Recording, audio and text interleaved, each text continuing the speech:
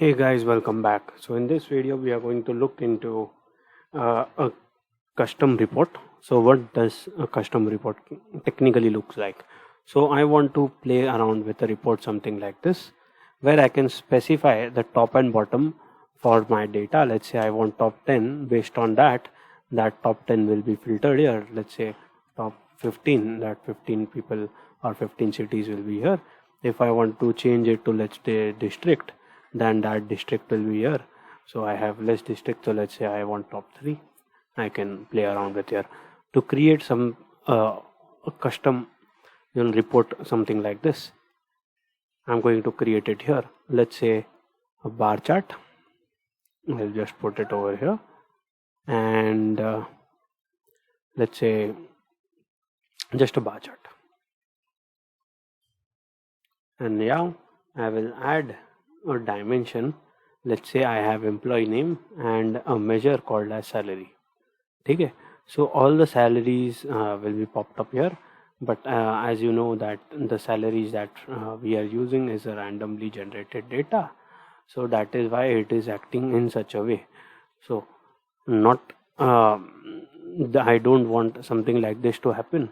Simply what we can do is into salary we can go here. When I do divide by 2, I can just do the same random expression like this, and I will say divide by this, and numbers is going to fluctuate again. Okay, so now I have a fluctuating number. So simply I will start by implementing the top data. Let's say I'm going to do for top. So I'm going to go into dimension where it says limitations.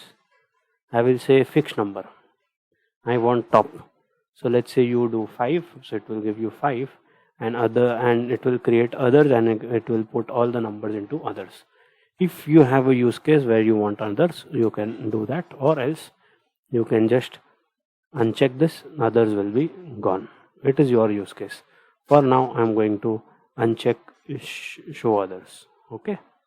Over here, now I have fixed number where I can put number. First I will create a variable v top chart. Okay, and in definition first I will just add 5 and I will create. I will go to custom objects. I will start by writing variable. In there you will have variable input. Just drag it. Select your variable, which is v top chart. Now you have 5 here. I will say top data to be listed. Okay, I will say 5. If I do 10, again it will not work because I have not used this variable over here yet. I am going to go into the same dimension where it is a fixed number top, and I will click on this fx. Now I will change this to the top chart expression. As you can see, now it is coming 10. If I do, let's say 7 will be there. Now this is dynamic. Now I want to switch the dimension also. Simple thing. I will copy and paste the same thing. I will say select dimension. Over here, instead of this variable, I will create one more variable. So let's say I have a variable called I'll create a new variable v select dimension. Okay, by default I will select one dimension here. Let's say I want employee name by default. Okay, I will insert that, but I want it in the text format. Okay, I will apply it. So now over here I will change it to select dimension. Instead of show input, I will say drop down. Now I can start adding the fixed value. So fixed value is the dimension name.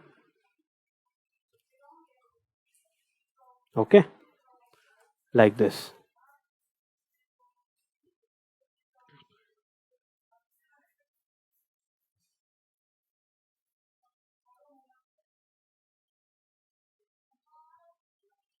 And I'll just add one more for a better example.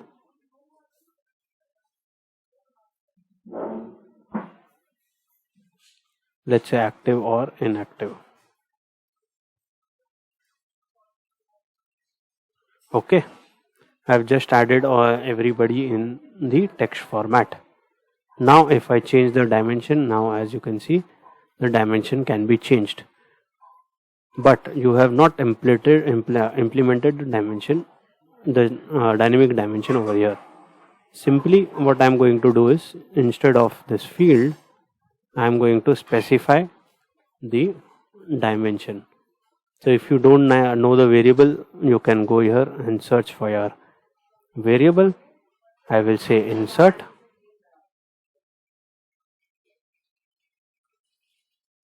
apply. Now I have it.